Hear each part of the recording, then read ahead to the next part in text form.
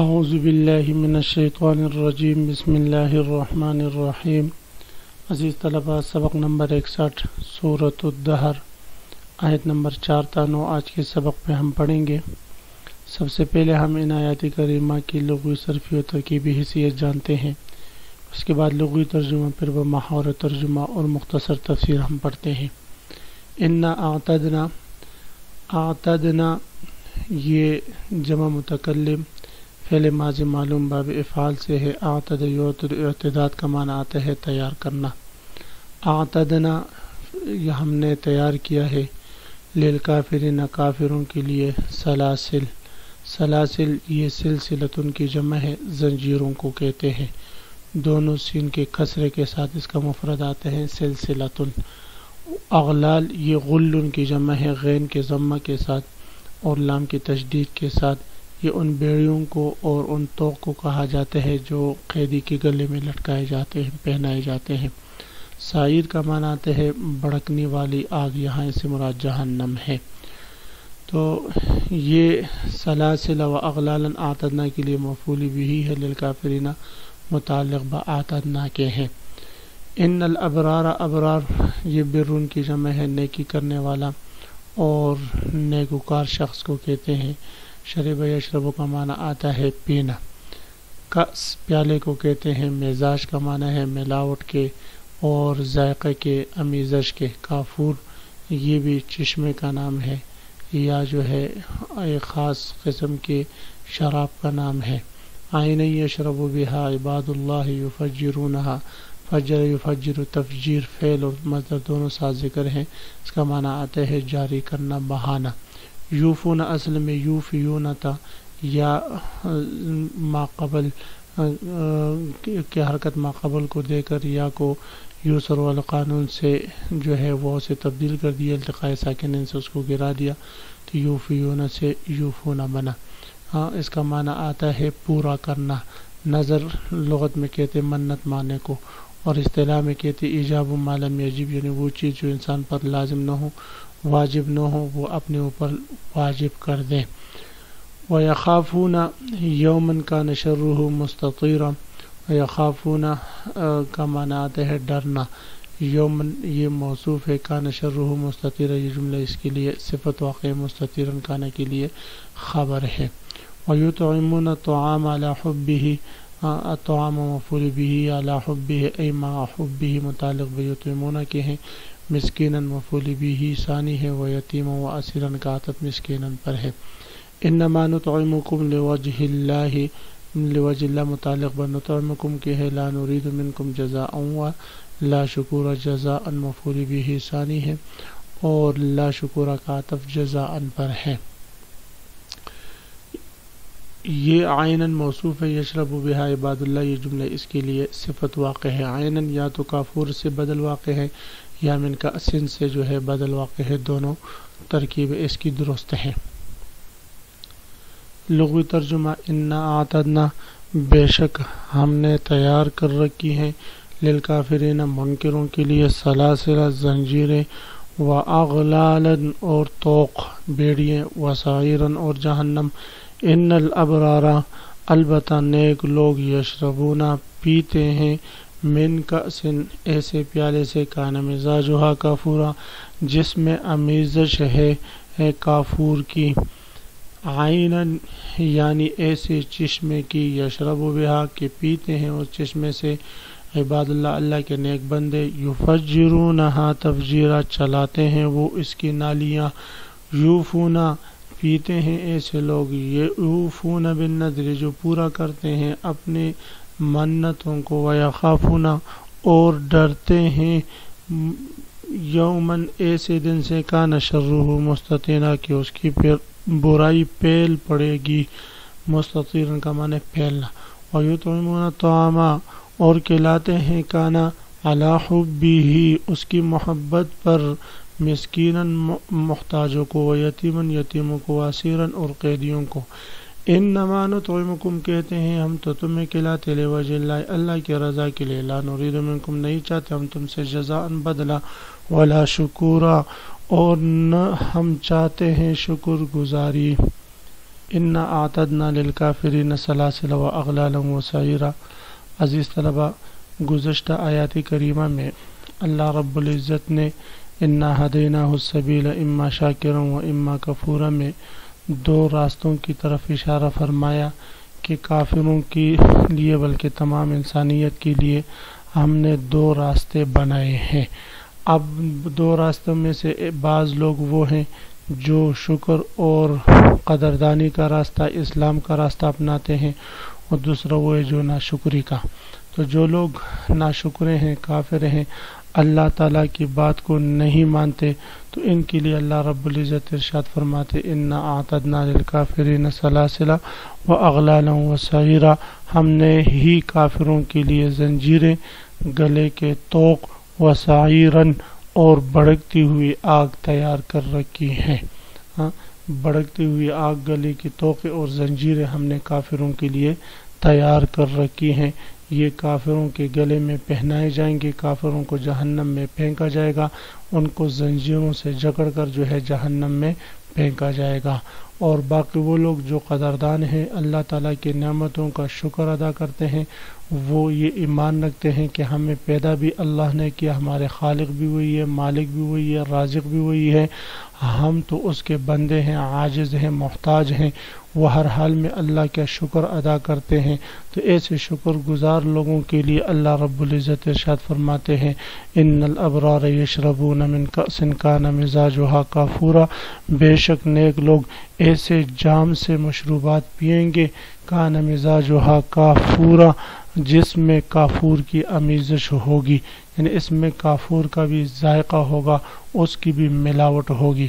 کافور کس چیز کو کہتے ہیں، اس کے بارے میں دو تفسیریں ہیں۔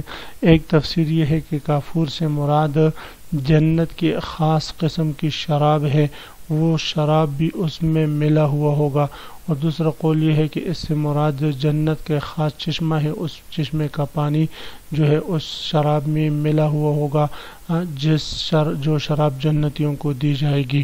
تو فرماتے ہیں یہ اللہ تعالیٰ کے بندے ایسے پیالے سے مشروبات پئیں گے جس پیالے میں آمیزش کافور کی بھی ہوگی۔ آج کل ہمارے زمانے میں اگرچہ کافور ایسی چیز ہے جو کھائی یا پی نہیں جاتی، صرف خوشبو کے طور پر استعمال کی جاتی ہیں، تو لیکن قیامت میں بعید نہیں کہ وہ کھانے یا پینے کی چیز ہوں۔ اب وہ کافور کیا چیز ہے؟ عین یشرب بہا عباد اللہ یفجرونہا تفجیرا، یہ مشروبات ایک ایسے چشمے کے ہوں گی، عینن یا تو یہ من کأسن سے بدل واقع ہے، اس صورت میں ترجمہ یہ ہوگا کہ یہ مشروبات ایک ایسے چشمے کے ہوں گی جو اللہ کے نیک بندوں کے پینے کے لیے مخصوص ہوگا، عباد اللہ، جس سے اللہ کے نیک بندے پئیں گے۔ اور بعض فرماتے ہیں کہ یہ بدل ہے کافور سے، اس میں کافور کی آمیزش ہوگی، یعنی ایسے چشمے کی، تو اس صورت میں کافور سے مراد چشمہ ہوگا، ایسے چشمے کی یشرب بہا عباد اللہ، جس چشمے سے اللہ کے نیک بندے پئیں گے، اور وہ چشمہ اللہ کے نیک بندوں کی پینے کے لیے مخصوص ہوگا۔ یفجرونہا تفجیرا، وہ اسے جہاں چاہیں گے آسانی سے بہا کر لے جائیں گے، جہاں چاہیں گے آسانی سے بہا کر لے جائیں گے، نے اللہ تعالیٰ جنتیوں کو یہ اختیار عطا فرمائیں گے کہ وہ اس چشمے کو جہاں چاہے لے جا سکیں گے، جس کی یہ صورت بھی ہو سکتی ہے کہ اس سے نہر کی شاخیں آسانی سے جہاں چاہے نکال لے، اور یہ بھی ممکن ہے کہ وہ جس جگہ چاہے زمین سے وہ چشمہ جاری کر دے، ان کو مکمل جو ہے وہ اختیار ہوگا۔ اب اللہ کے نیک بندے عباد اللہ کون ہیں؟ یوفون بالنذر، وہ لوگ ہیں جو اپنے کیے ہوئے عہدوں کو پورا کرتے ہیں، جو اپنی منتیں پوری کرتے ہیں، یوفون بالنذر، جو اپنے منتیں پورے کرتے ہیں، وَيَخَافُونَ، اور اس دن کا خوف دل میں رکھتے ہیں، کان شرہ مستطیرا، جس کے برے اثرات ہر طرف پھیلے ہوئے ہوں گے۔ یہ عباد اللہ کی پہلی صفت ہے یوفون بالنذر، کہ وہ اپنی منتیں پورے کرتے ہیں۔ نذر کا معنی ایجاب ما لم یجب، یعنی اپنے اوپر ایسی چیز کو واجب یا فرض کر دینا، لازم کر دینا جو شرعاً اس پر واجب یا فرض نہ ہو۔ تو اس سے مراد یہ ہے کہ یہ لوگ ایسے ہیں کہ اللہ تعالیٰ کی طرف سے ان پر فرض یا واجب تو درکنار جب یہ اپنے اوپر اپنے اختیار سے بھی کوئی چیز واجب کر لیتے ہیں ان کو بھی پورا کرتے ہیں، تو اللہ تعالیٰ کے واجب و فرض کی ہوئی چیزوں کو تو بطریق اولا یہ ادا کرتے ہیں۔